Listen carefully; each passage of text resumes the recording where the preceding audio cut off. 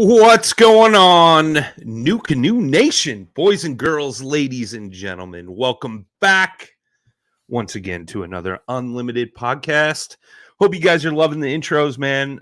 Be sure when you guys are putting photos up on Instagram, Facebook, you're hashtagging New Canoe. Every month we make a new intro. Love to see you guys get featured in there as we go along, dropping and if you guys got any questions at all for our guest, man of the hour, Mr. Will Reed, feel free to drop them in there. We'll get those answered. Hope you guys enjoyed last week's show with the man, the myth, the legend, Mr. Blake Young. Congrats again to all the folks up in Seattle at the HQ that got a new facility up there. So if you guys missed last week's show, you can always go back, rewatch on Facebook, YouTube, listen in on any major podcast platform. Just search New Canoes Unlimited. I see we got James O'Neill in the chat already. Says hi, all. What's up, James? Hope you're doing well, brother. Mike Archer. Evening, everybody. Good to see you, Mike. Let's get him in here, man. Let's get Mr. Will in the house. Mr. Reed, welcome to the show. Good to see you, man. Well, I saw you before the show started, so yeah, I know. I'm sitting there talking. But good to finally get you on the show, man. I know you can only dodge me so long. We're gonna play that card, huh? Mm-hmm. I mean, I dodged you, you dodged me. Now we're even. I know. I had to see it was all part of the plan. When you called me up, you're like, "Hey, man. You want to be on the Unlimited podcast?" I was like, "Yeah, sure, let's do it." And then the night came around, totally forgot. Will was MIA. Love it. Well, Will, let's we always start off the show. Get a little background on you, man. Like where you're from, how you got into fishing, and how you found New Canoe, man. So started fishing. I was fishing before I could walk. I'm kind of blessed. My granddad. With my mom and dad, essentially I lived with my granddad until I was 12, 13 in there.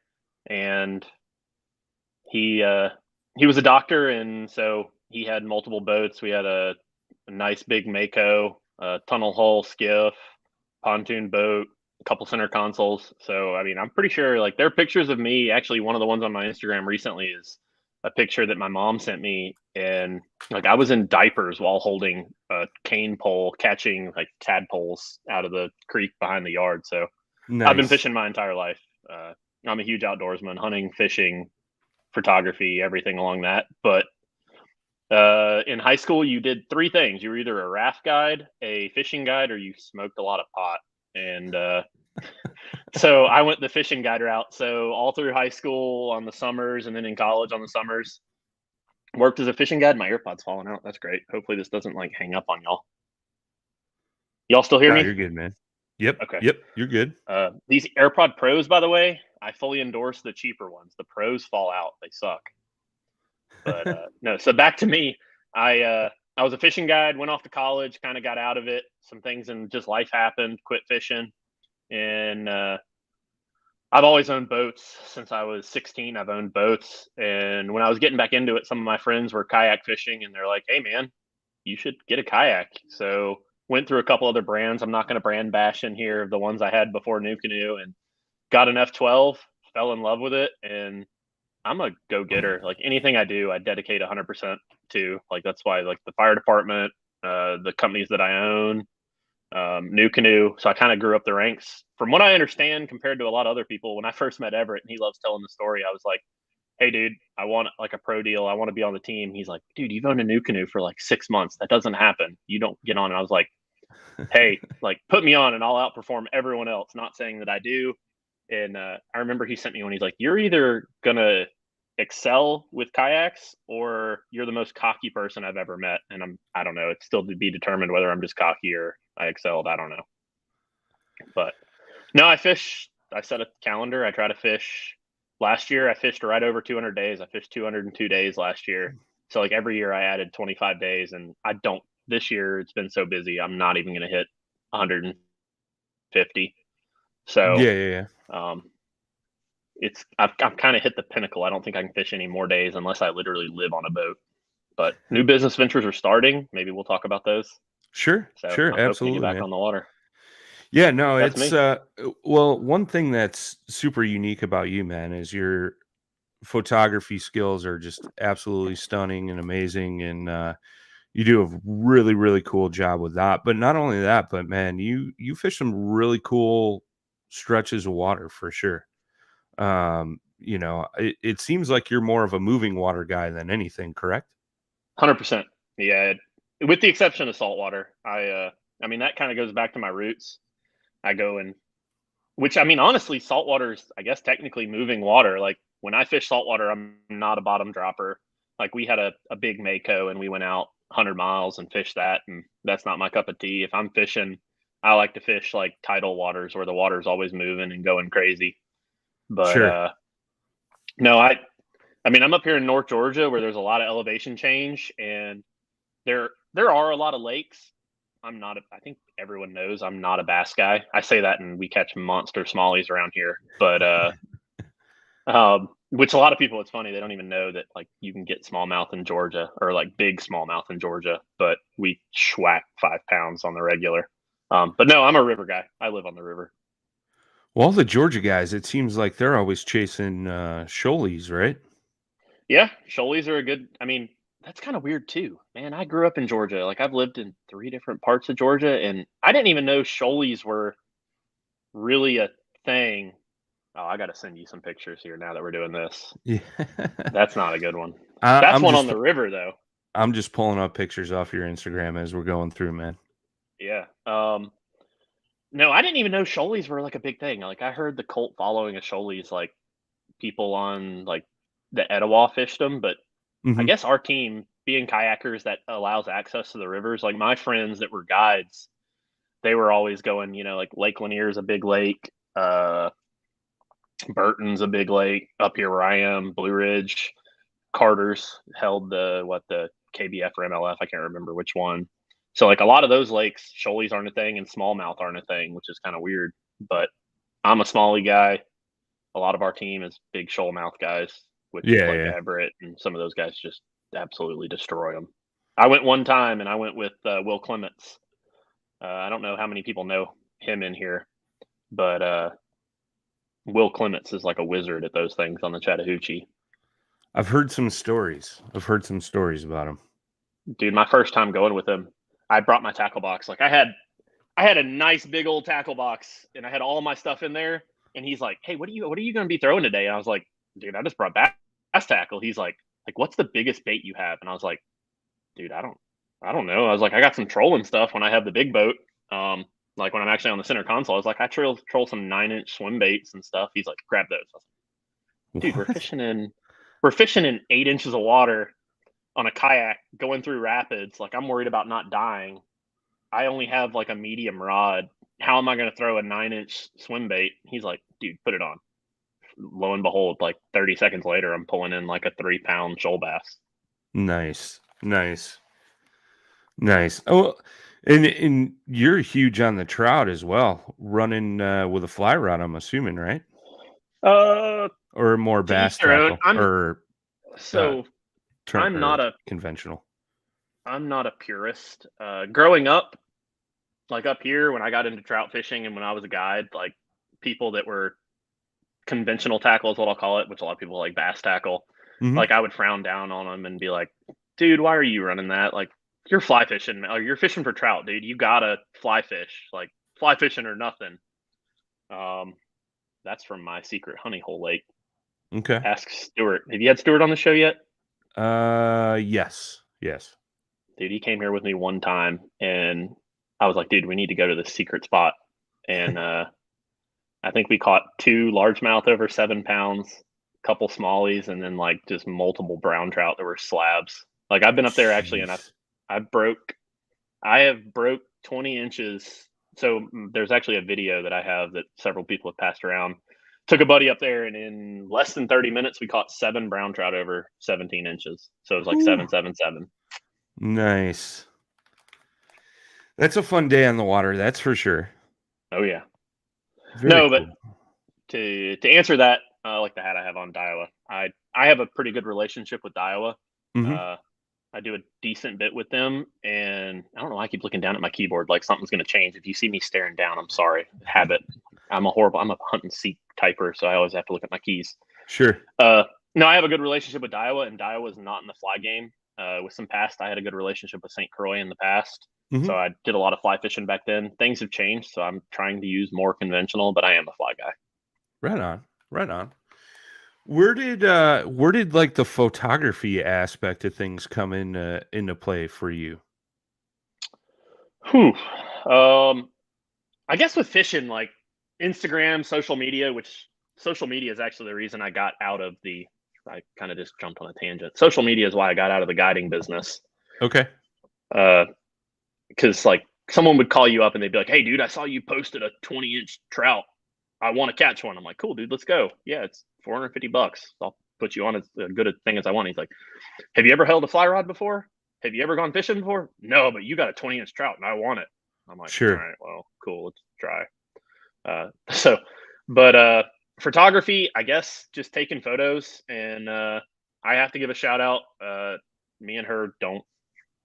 We're on good terms, but I don't know. Do you know Lori? She's actually on Team Bonafide. I dated her for a long time. She lived with me for a long time. She's Okay. a stellar photographer.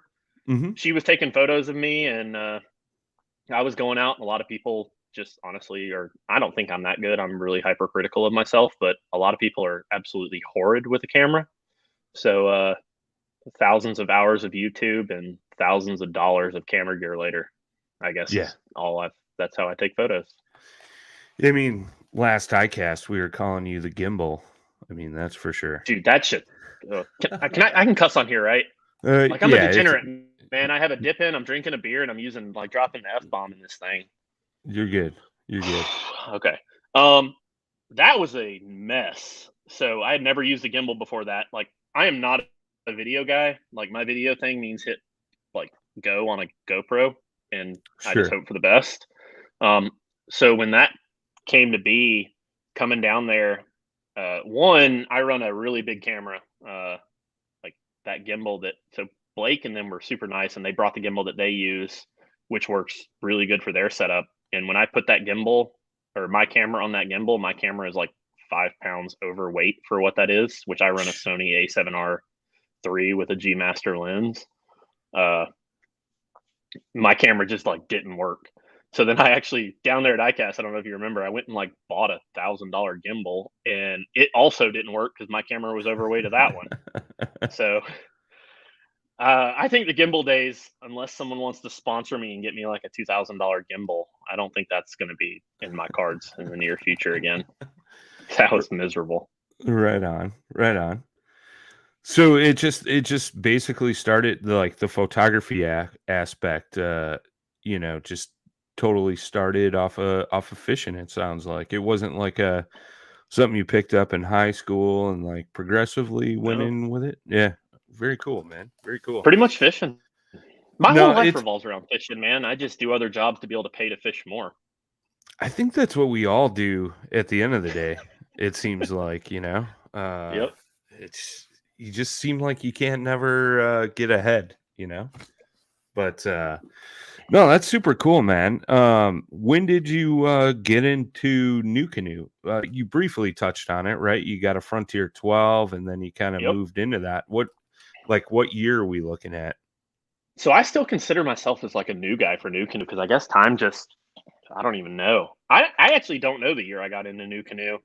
I know when I got on, the team was like small, Sure. uh, comparative, which it kind of comes in and out. So I owned a New Canoe. I How it all kind of happened was the local dealer. There was a local guy right down the street. I live a quarter mile from the lake, 3/4 of a mile from the river. I live in just amazing waters. Like I can pretty much throw a rock and hit where I fish.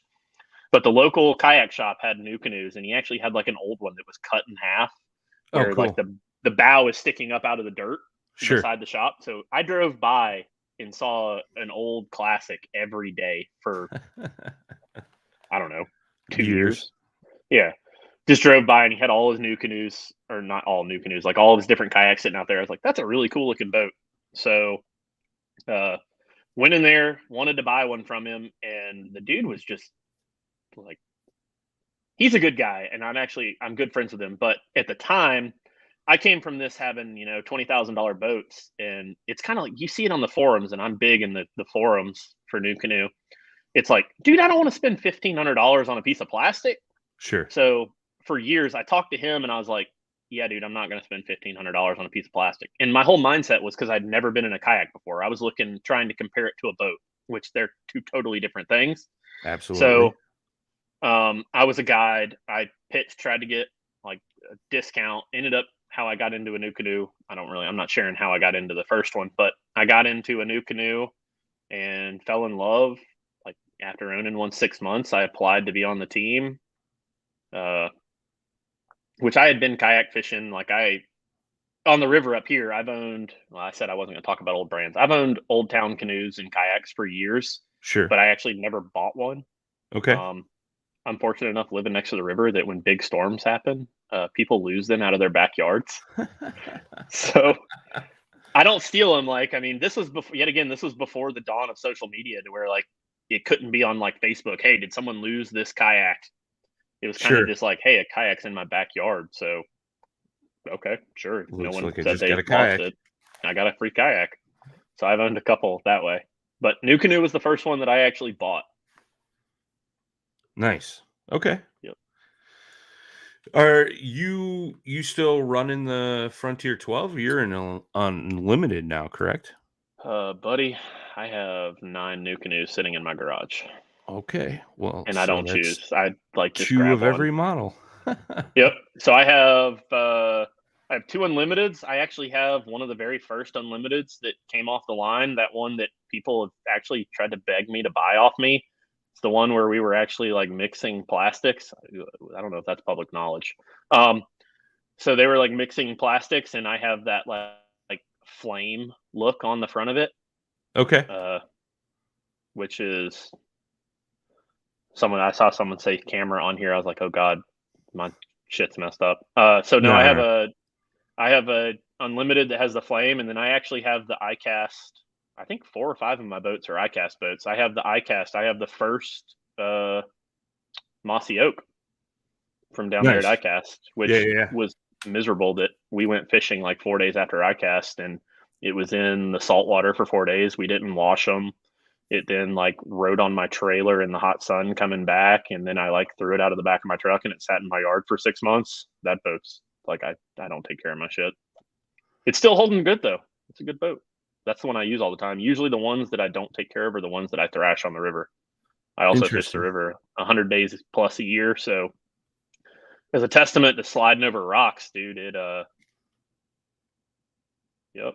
No, that's the F12 one. I didn't get that one. I wanted that one. That one, Eddie McRae sold. He called Okay. me and he's like, dude, did you not clean this thing out?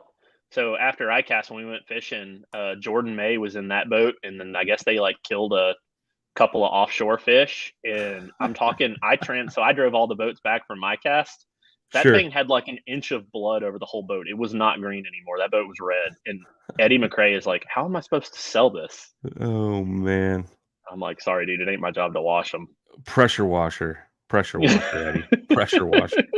Take it to the fast wash up the street. So you were asking? No, I have 9. I have 2 unlimiteds, 3 F12s, 2 pursuits, a Flint, and an F10. Yeah, so I have the old Hazard Color F12 or the Hazard Color Pursuit. That's actually courtesy of Stuart Venable. That's actually his kayak. That's the only one of the ones I got that isn't mine. I just kept it. I was going up to Virginia to meet dealers, and a dude I guess we don't know what happened. He rear-ended me or something happened when the kayak was in a parking lot. And it put an 18-inch gash down the middle of it. Ooh, Plastic welded it back together, and it's going strong 3 years later. nice. So out of all the models you have, what's your favorite? Oh God, they each have their use, man. If I'm Sure. if I'm throwing one in the back of my truck and I don't want to strap it down and I really don't care if it blows out, the Flint's really good. I've been down the river. I mean, I lived in an F12 for 2 or 3 years, so it's hard for me to abandon my baby. But the drainage, the adaptability of the unlimited, Also, because I take a lot of photos for New Canoe, I'm running the unlimited a lot just for like a push aspect. Sure. But people ask me, I would say almost daily, if I choose an unlimited or an F12. They're almost interchangeable to me. I don't like, each one has their little niche benefits. Sure. The only one I really don't use, I own an F10. I've used it maybe 10 times. It sits in the garage. It's brand new, dude. It's actually a solid green. It's Okay. dope looking. Yeah. It's solid Like green that custom olive with color brown or something. There's one photo of it, I think, on my Instagram or something. You can scroll through and see it. That thing is absolutely sick. And it's not that it's not a good boat. The F10's got a lot of great uses. If I'm grabbing one, I usually leave 2 or 3 rigged, and that boat's just been like the redheaded stepchild. Same as the Pursuit. I have a Pursuit sitting in there. I have actually an ICAST Pursuit. It was the first. Actually, I forgot about that. I have the very first Tundra Pursuit. Oh, cool. The very first Tundra boat, and it's a Pursuit. I'm trying to think if it's a Pursuit. Yeah, it's a Pursuit. Tundra Pursuit from ICAST, and I have a pivot drive on it and everything, and I just don't keep it rigged, so it's just like sitting in there, kind of wasting away, which I feel bad about. Yeah, get on it, man. Get on it. If someone wants to fund not having to work as much, I'll fish more. I'm right there with you, buddy. I'm right there with you. There's that F10. Yeah, there she is. Oh, that's before she got the decking kit. So she has a full, like, wood grain decking kit on her now. Nice. Slick little ride, man. I like it. Yeah. I like it. So, I mean, dude, oh God. I liked my days when I just got to go fish for New Canoe way better. Like, I try to put about the same amount of time in. Like, when I was first starting out, I was a go-getter. I was like trying to do everything I could to please New Canoe. Not that I don't still. But I was like fishing a lot and generating a ton of content. Now, I mean, I put in a couple hours a day moderating all the pages and responding to people. A lot of people like to pick fights on the groups, and I try not to. From the people, if there's anyone in this chat that I've had to moderate on, like, I'm a firm believer that New Canoe, the owners clubs, and there's a bunch of them. People don't like. I mean, from the Unlimited Owners Club, the Flint Owners Club, the Pursuit Owners Club, the Frontier Owners Club, to the main New Canoe page. I'm the guy that does all of them, and people like to pick fights, but I've always said they're an owners group, so it doesn't matter whether you have a problem with New Canoe, you want to blast New Canoe, you want to praise New Canoe, you've found like you want to marry your New Canoe. I don't care what you want to do. Like, I mean, if you want to sleep in the bed with it, you can. But people pick fights with each other on there, and I try not to ban everyone. I usually try to send them a message and like, hey, dude, like, chill out. Like, not everyone has your viewpoint. There's thousands of people in these. That wasn't English. Thousands of people in these groups. Like, you're not going to share the same viewpoint with everyone, but everyone's viewpoint matters. So I try to have a level head about it, but it takes a lot of time. I guess I try to manage it the way I think if I was in a group, I would want to be. Sure. 100%. Yeah. I mean, you can't, I mean, I like what you said there, like whether you love it, hate it, whatever it may be in relation to New Canoe, like it all goes on there. You know what I mean? Yeah. And that's the way it should be. It's like a Yelp Facebook page for New Canoe almost. You know what I mean? Mm-hmm. But to each their own. Like you said, it's your viewpoint isn't always everybody's viewpoint, and I've learned many things from being in some of those groups, whether it be good, bad, or indifferent. It's definitely a useful tool for those owners out there. I mean, you see a lot of guys doing DIY stuff and they get ideas from, guys posting photos and stuff in there, which is great, man. That's what it's there for. It's super cool. And I'm glad we have that. You know what I mean? And not only just a general New Canoes owner group, but like an unlimited group, a Pursuit, a Flint, all the different pages, man. It's super cool. Yeah, that's about the only thing. Like, I actually don't really take down many posts. About the only thing that I take down, I mean, of course, now with the new Facebook rules, which drive me absolutely bonkers, that I can't accept people coming in. Anyone can come in and start posting until I catch them when, like, the girls in the bikinis posting photos of, like, right now we get 20 to 40 posts a day of someone selling some illegal. Yeah. If you buy those shirts on the New Canoe page that aren't from a New Canoe website, you're not going to get that shirt. They just stole your credit card. Like, you're an idiot. Yeah. So I have to ban a lot of those. Really, the only thing I ban is if you directly assault someone in the group, like call them stupid or that. And then the other thing that I hate is, like, some dude will, like, man, he's on a $30 budget and he went to 4 stores to find a milk crate, some PVC pipe. He cut it all down. He did all this stuff to make this awesome, like, what I would call a black pack. Like, Sure. I yak tack. And, like, this dude spent 6 hours, 10 hours building this awesome thing for him. And then the first comment, some dude's like, dude, why would you spend your time to build that? You can just buy a yak attack black pack that's better. You're an idiot. And it's like, dude, that guy, I don't care if he spent $500 and made the thing out of, like, all carbon fiber and it's 10 times better than my black pack. But, dude, that guy's proud of what he made. And if you're going to put him on blast, I'm going to take down your post. And the second time you do it, you're not going to be in the group anymore. I'm sorry. Like, I have no time for that. I completely that's what's great agree. about New Canoe is no 2 are the same. I mean, I have 9 boats and no 2 of mine are the same. Dude, I drill into mine. I've messed a couple of mine up where I just plastic weld them back together. That's actually why I have 9. I don't really sell mine most of the time because they're trashed by the end of it. I hear you. I'm going to cut one and put it in my front yard. My man Richard DeVries is in the chat. He says you can express your issues and still be nice, which exactly 100%. Yeah, dude, 100%. Like, I tell people this. I'm a critic of New Canoe as well. I mean, I'm a hardcore fanboy, but get this, New Canoe listens. Like, I have a lot of back end talks. Like, I actually was texting one of the customer support guys earlier today, I think. Not texting, we were on Messenger, and he might be in this chat. I don't know.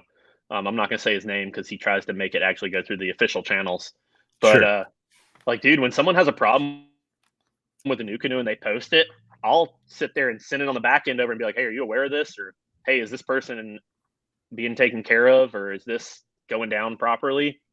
Like, can I try to grease a wheel a little bit on there? But, dude, issues coming up. I mean, that's the point of an owners club. Because, one, if someone posts, like the other day, someone posted something like, dude, the bolt on a New Canoe, like, this is arbitrary, but, like, the bolt is stupid. Why would they do it this way? And then the guy immediately got put on blast by 40 people. And it's like, dude, just because you're not happy with it, there's thousands of people that are. Or if, like, a severe issue comes up and it gets brought to light, I mean, it helps New Canoe correct the issue and make things better, which is good. Yeah. We need that, man. Mm-hmm. But what else you got going on, man? I know you got some new ventures coming up and stuff like that, man. So when I got out of guiding, I said I would never do it again. These ear pods just keep falling out. I said I would never get in it again. I actually, I just bought a 2022 210 Tidewater LXF.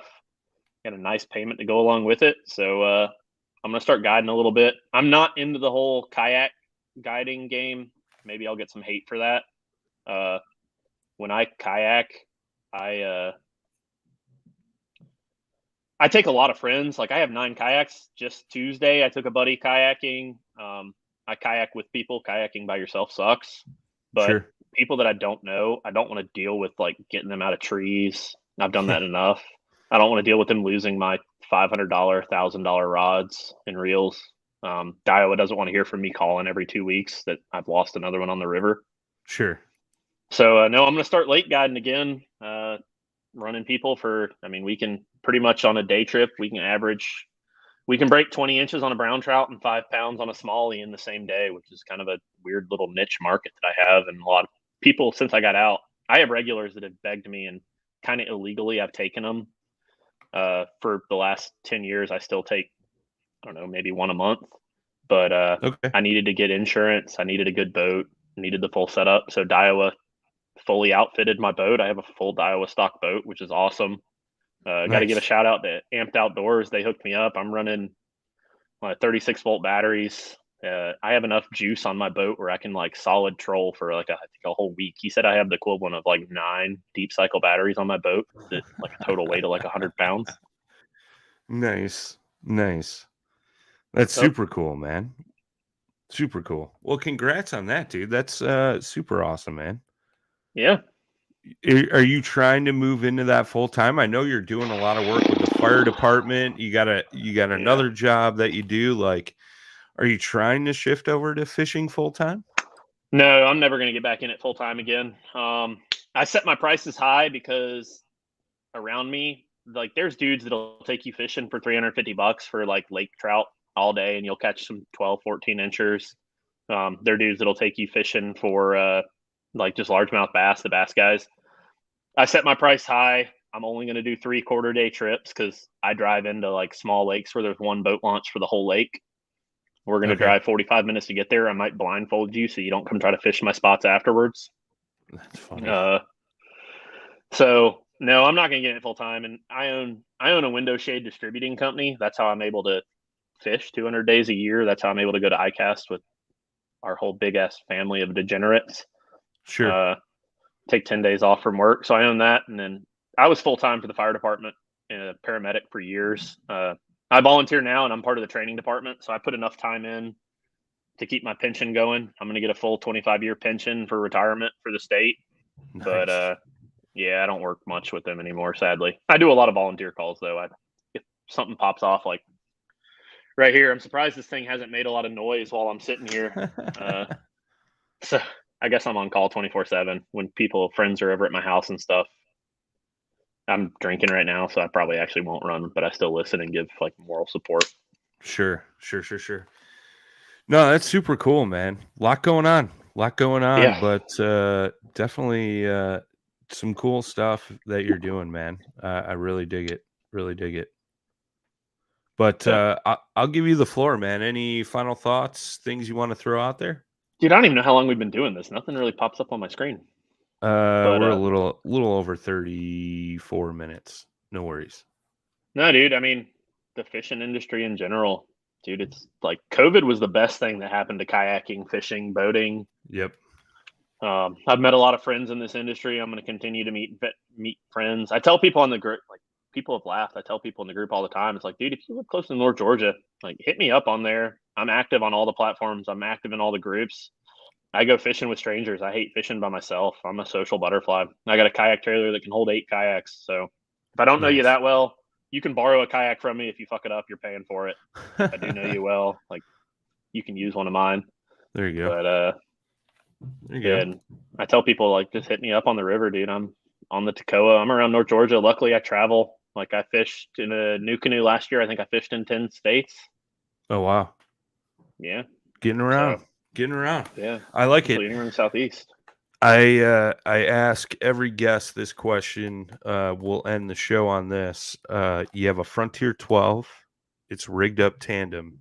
You can go fishing with anyone dead or alive for a day. Who's it going to be? Oh shit. Anyone dead or alive for a day. I mean, this is like the sap answer, dude. You know, the first thing I said when I got on the show, like what got me into fishing. Sure. Like I don't think I couldn't convince. So this is like a trick question, man, because the person who I'd go fishing with would never step foot in a kayak in a million years. Like my grandfather, he was an amazing dude. That guy was a fish slaying machine. He has like pictures of like we have a house in Apalachicola on St. George Island. I go down there and fish a lot. Nice. That's where I grew up fishing. He had 3 boats down there. And then he had a place in Rome, Georgia, and then a place up here in Blue Ridge.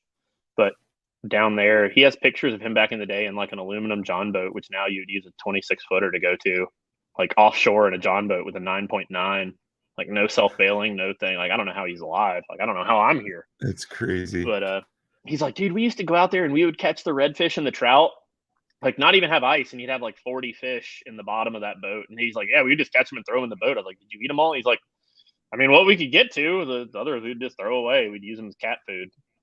Oh, okay, jeez. those days are gone. But I also don't think I could convince him. Like when I got into kayaking, he was still alive. He passed away 2 years ago.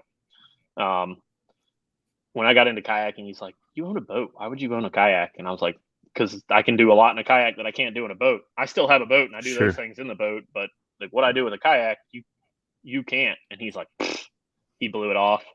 But I mean, kayaking is, I spend twice as many days kayaking as I do fishing. And even with this new business venture, I'm going to spend more days kayaking than I am because I love it. Like the river, the river where I'm at is a no wake river. So even if you have there are guys that have the jet boats, and we just laugh at them because they can't do anything. Where I can cover 14 miles in a day, those guys cover like one. So That's hilarious. Unless you want to spend an absolute shit ton of money on a drift boat and pay $20,000 for a boat that doesn't have a motor, and you're an absolute idiot. Which I had that, been there, done that. Kayaking's better. I love it, man. So, I love it. Good stuff. Good stuff. Yeah. Well, I appreciate you jumping on tonight and just chatting a little fishing, a little new canoe. I look forward to seeing you here in a couple months, man, down at ICAST. Going to be a good time as always. And you doing a show down there live? Yeah. Yeah, we did last year too. Who'd you have last year? You had Blake. Yeah. No, Blake and Everett. Both of them were on. Both were on. So we're going to do it again here, man. We're going to another show from iCast. I know I'm going to be doing some other shows, bouncing around iCast and some of the other booths and my other podcasts. So should be good stuff, man. Should be good stuff. I want to see 360 and active on an unlimited. Someone just posted that. Yeah, I want to see that. Yeah. That's James O'Neill. Active target or live. I use 360. I'm a Humminbird fanboy. A buddy of mine from college is one of the senior product engineers. So I run a Solix 12 and a Helix 10.